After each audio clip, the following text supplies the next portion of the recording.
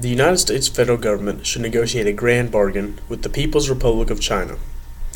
The bargain will entail the United States ending its commitment to defend Taiwan and also to repeal its act on selling arms to the people of Taiwan. In exchange for that, the People's Republic of China will agree to peacefully resolve its maritime and land disputes. In order for this to happen, the United States is going to have to repeal its Taiwan's Relations Act of 1979, which entails that the United States will defend Taiwan against any unprovoked Chinese aggression.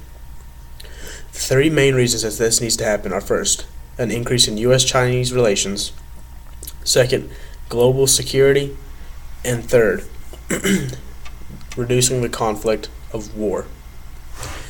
So, one of the very first advantage we're going to talk about is U.S.-China relations. Even though the United States does not take a specific stance on how the outcome of reunification is going to happen between Taiwan and China, China still believes that because we have a pro-Taiwan policy, meaning that we're going to defend them, China sees that as us being against them, and that we're going to be interfering within Chinese domestic affairs.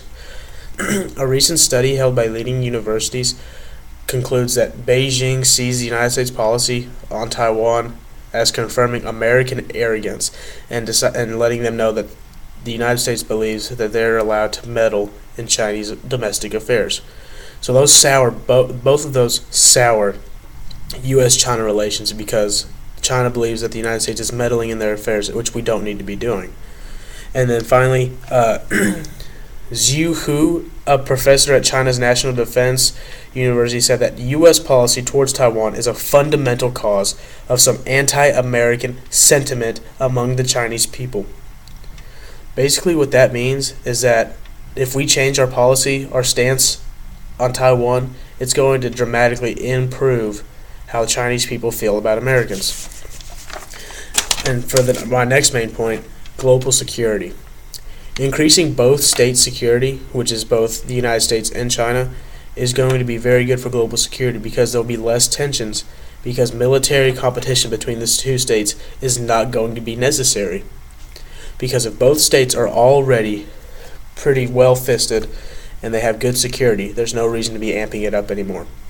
And also, Stephen Ellis, a doctoral candidate at the University of Leicester, says the U.S. is responsible for Japan and South Korea not becoming nuclear powers, meaning that if we are accepted in East Asia because of better relations, it's going to make certain that more countries don't go nuclear, that they don't have nuclear weapons. That increases global security, which is good for the entire world. And finally, thirdly, reducing the chance of conflict between China and the United States. China has already made it clear that their willingness to not allow Taiwan to become independent. President Xi Jinping of China has already said that in 2020, the People's Liberation Army, which is the army of China, is going to have enough power to be able to take back Taiwan by force if they won't come back peacefully. Charles L. Glazer, who is a professor of political science at the LA University of International Affairs, said that the biggest benefit of this grand bargain is ending our commitment, is the reduction of probability of war over Taiwan. So that decreases the chance of conflict, which is good for everybody, and that's why this plan needs to pass.